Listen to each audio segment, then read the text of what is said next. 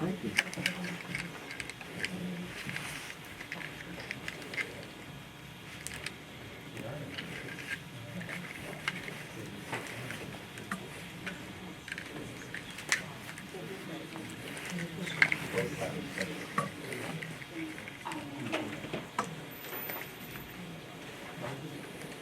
Oh, this is what it was. Yeah. Didn't get a response, I called and didn't hear back, but, Yeah, Ms. Holmes, why don't you join us? All right, folks, we're gonna kind of enter into the world. I think we've got three bills that have various similarities this afternoon, the 1080, 1356, 1334. So we're gonna be really in general discussion about the withdrawal process, and then in relation to private and special laws. I think there's two of the bills that we have to very time. So, Ms. Holmes, welcome, and we looked for some guidance from up above as to, you know, what murky waters we're going to be entering into with these bills. And after the last, Jason Holmes, Federal State Legislative Liaison, after the last work session, or the last hearing on, no, 1336, whatever. You had asked that we ask Sarah the questions about mediation and arbitration. And so what you have in front of you, I spoke with her yesterday, she was in federal court, and said that she'd been told she was not able to come down today, but she had emailed me back these responses. So I just put it in a document for you, describing that mediation is a process where a skilled third party works with the parties to a dispute to help them reach a compromise as opposed to determining who's right and who's wrong. In mediation, partial or full resolution only happens if the parties agree. While I, which is Sarah, could see making participation in mediation a required step in dispute resolution, the use of binding mediation is to ensure that a withdrawal agreement will be submitted to the voters if the parties can't reach an agreement on their own. Arbitration, on the other hand, can either be binding or non-binding. An arbitrator or panel of arbitrators sits as decision makers and resolves the dispute. If it's non-binding, the dispute's not resolved, but the parties have a chance to do a dry run of their case to attempt to come to settlement. I believe that's what Fry Island did Right. several years ago. Right, and get back again. Okay.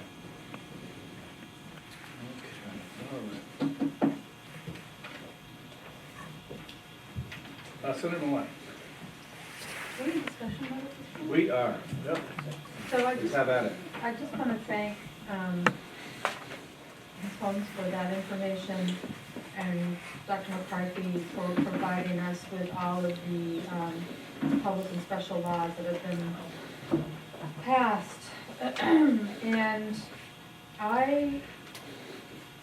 in particular, what I found very impactful, that's a word, if it's not, I apologize. Okay. As long as I have cornfields thumbs up, I'm good.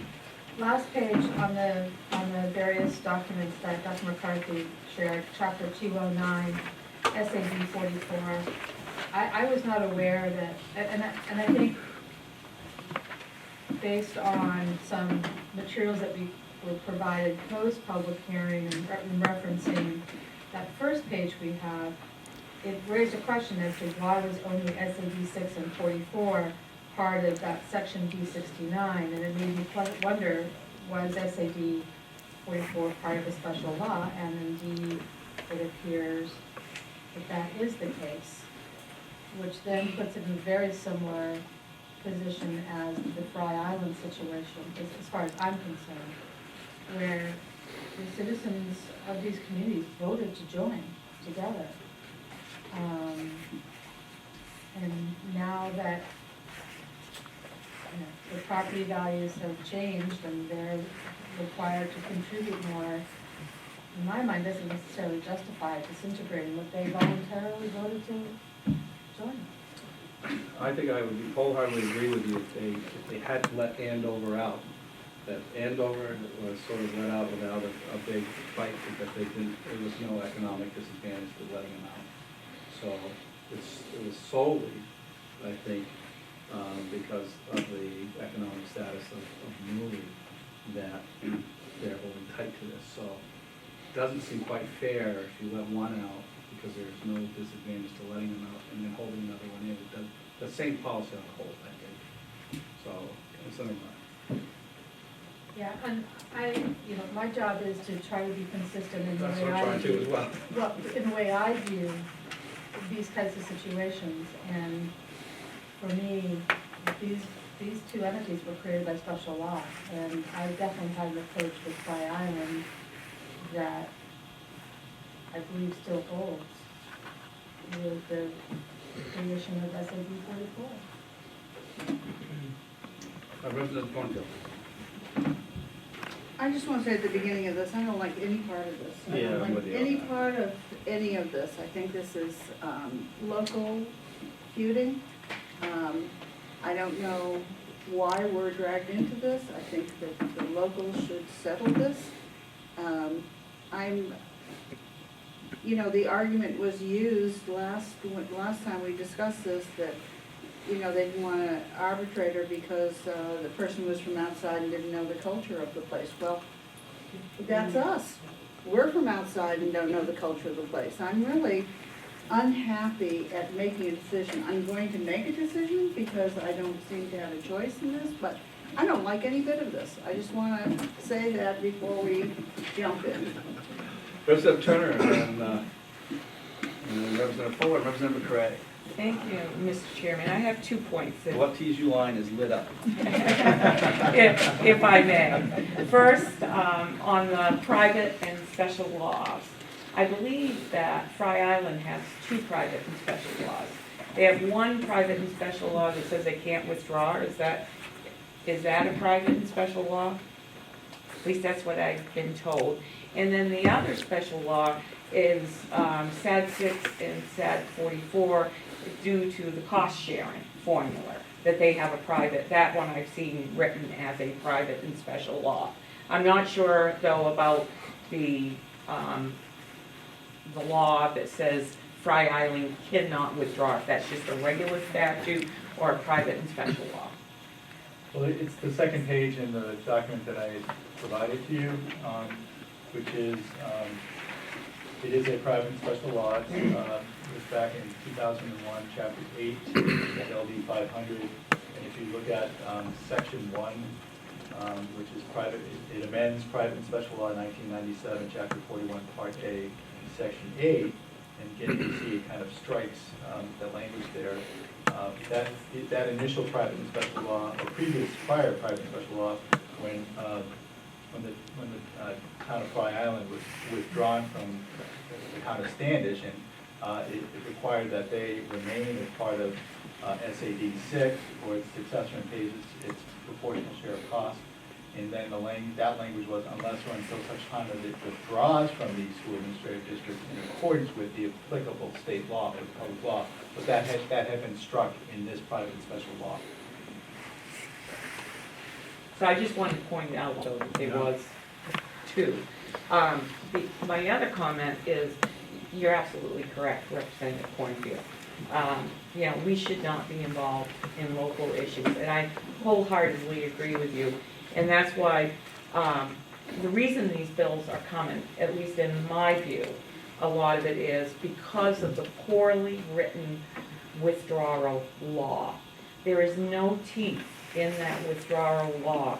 It says to towns that yes, you may withdraw, okay, and they start the whole process, they get a committee together, and then they say to the school board, such as my town, okay, in Burlington, we withdrew. We went to RSU 31, we said, here's our education plan, okay? Now, get back to us. Well, 180 days went by, and they didn't get back to us, and then they did get back to us, and then they said, yeah, okay, we're gonna agree, and then we don't agree. There's nothing in the law that says they have to bargain in good faith. There's nothing in the law that says it has to come to a resolution. So this can go on for years and years and years. Hence why I feel that the department brought forward 1336 to put some teeth into it to the school board to say, after 180 days, you may to the town that's asking to withdraw, you may petition the commissioner to withdraw, okay, to order the bind-in, not withdraw, but to order bind-in mediation. And so that way there, the commissioner can then say, these two parties have got to get together and they've got to talk. So that's why 1336, along with a lot of other important issues to the department about feeding our children, because nowhere in the current law and withdrawing does it talk about having to provide nutrition for the children. So that needs to be in there. Also, the cost sharing, you don't have to present those to the town that is withdrawing. It's very important that towns understand the costs that it is going to cost, and in most towns, such as mine, we probably won't end up saving any money. That's not why we went into it. We went into it for educational purposes. And then also due to planning, and the department can talk more about that, but they wanted any town that withdrew, that they had to do it by November 30th, I think, of the year before that they withdrew, so that the department can prepare for that when they're doing all their forms and whatnot. So, to me, when you talk about 1336, that's part of the solution to keeping it from here, because it puts language in that clarifies, that does not allow school boards who have gone through this process, mine went through it 3 times, they're getting very well schooled at it, so they understand that they can run the clock out. A town spends thousands of dollars on lawyers, and they can just say, let's wait them out and see whether or not they can continue to stay in this fight, or they give up. And that's why they end up here. President Fuller. Thank you, Mr. Chair. I certainly agree with the observations of Representative Cornfield and Representative Turner that this is a difficult situation. We don't have clear answers. And I thought about it in 2 different kinds of ways. First of all, as a jurisdictional issue, it's a no-win versus a no-win. If the decision is made to allow the separation to occur, one side is going to dislike us. If the decision is made for the separation not to occur, the other side is going to not like us. It's not important to be liked, but it's also important to know that at least we're making a significant impact, or having some impact on those towns and their relationship. And it is that relationship between the towns which is severely at fault. So having failed in a jurisdictional analysis, I then went to a values analysis. Is it more important, do we value more highly the ability for a town to vote itself out of a relationship they entered into willingly? Or do we find it more valuable to educate the children as the towns originally agreed? And so that too is a no-win situation, because it feels to me as if the real people who may be losing are the students, and hence that's why we're sitting around this semicircle. So I don't have an answer, but this concerns me greatly because it's the second time we've seen this, or it will be the second time that we've seen this. If 1336 gives us a language to work with, I wonder what happens if we explore that further. This is not comfortable with good. I appreciate your sentiments, Representative Fuller, and those of us that have been on here multiple terms. It's probably close to the 20th or 25th time Really? we've had bills like this come through. So, Representative McCray. Thank you, Mr. Chair. I'm not comfortable with where we are either, okay? But I'm not comfortable with where they are, in all these communities. They can't settle it. There is no vehicle that makes it get settled. And that's the beginning of of my statement of how I believe it. I think this is clearly a hostage situation. I don't like hostage situations, ever, ever. I liken this to a marriage which started out with an until death do us part. And those dissolve. And this isn't as serious as a marriage. And this is gonna go on forever unless somebody, probably this committee, does something to get people off the dime, to get people moving, to make it happen. So I understand that there are reasons why certain parts of this SAD 44 would very much prefer that Newry stay in. Very easy to figure that. It's absolutely a financial thing. But they're being held hostage too, okay? And I think that some vehicle needs to be developed. Binding arbitration, to me, seems to be the way to go, not so much the binding mediation, because I fear that the binding mediation would eventually end up having the entire district vote on exactly how they wanted this to go, which I think would still be a hostage situation, simply because of the numbers.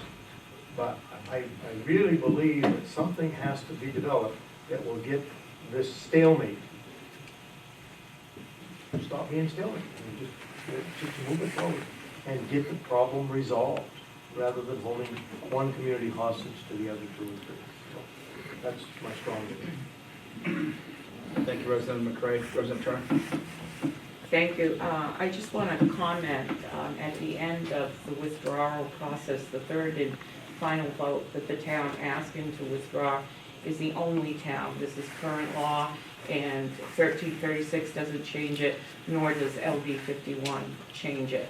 That it's still the town that seeks to withdraw, and they have to get 2/3 vote of those voting that day on it in order to withdraw. I think we made some changes to that law on the 125th That's what just there. for withdrawal. I'm not sure. I think we got some folks waving their hands back there, maybe I'll help. Representative McCray? If that's the case, then my concern that way is, that's the way I'd like to see it. Yeah. Okay, thank you. So, Representative Blanco. Doesn't Representative Head have an amendment? Yes, Somewhere. somewhere passed out to you, it's in a gold piece of paper.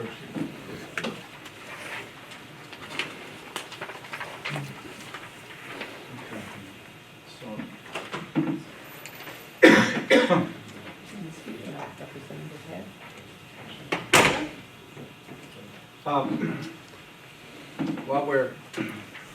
Before we engage in that, my goal really is to try to have a discussion, move off of, maybe for a bit, off of who the towns are, where they are, who the people are involved, and talk about good public policy. And when I came in the 125th, it was on the tail end of a lot of the consolidation wars, so to speak, and towns were looking to withdraw. And we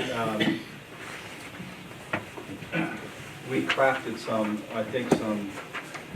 language that we took from municipal law and also took from other, I think, SAD withdrawal law, that it created a pretty good structure for withdrawing.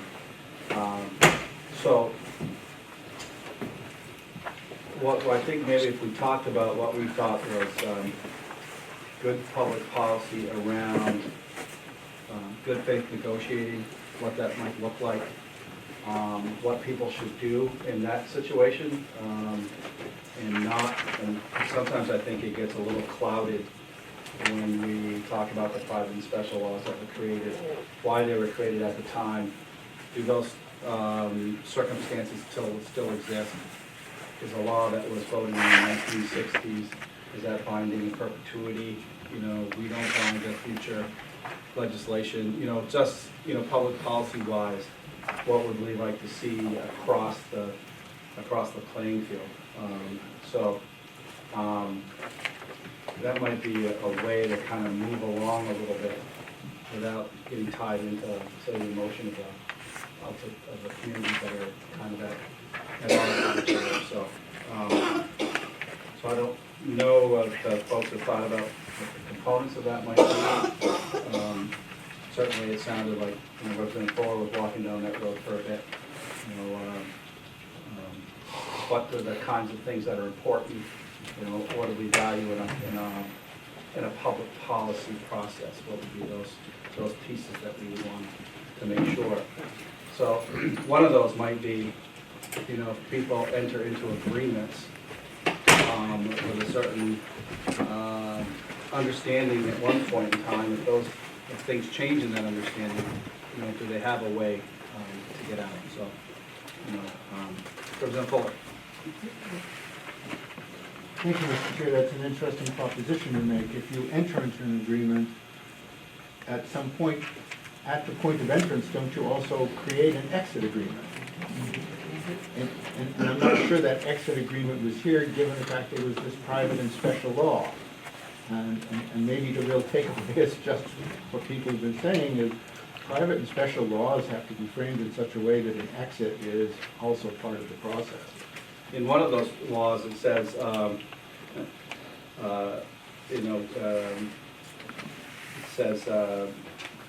that unless such withdrawal is first authorized by further amendment to this chapter, which is a private and special law.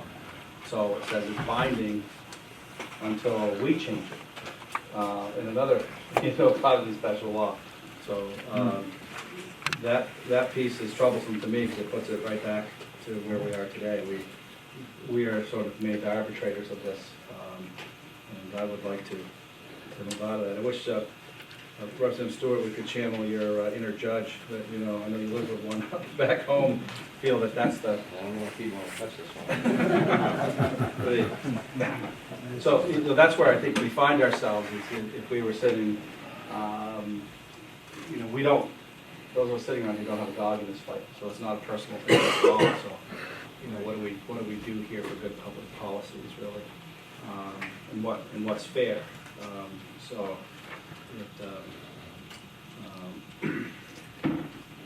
personally, I think there should be a way for folks to get out. I think, and I agree a lot with Representative McCray that, you know, people are following a process and they're being delayed time and time and time again. That's not bargaining in good faith. And so, and the other part that is a little bit troublesome to me is that there's an assumption, a predetermined assumption that at the end it's going to be people are going to vote to withdraw. And with evidence on both sides, that may not be the case. So I don't think it's fair to presume that anything, if we were to try to pass something, it's slighted in favor of those wishing to withdraw. We still have to have a vote of the will of the people across communities or in the withdrawal community. So, but anyway, anybody else want to? Representative Ginsburg?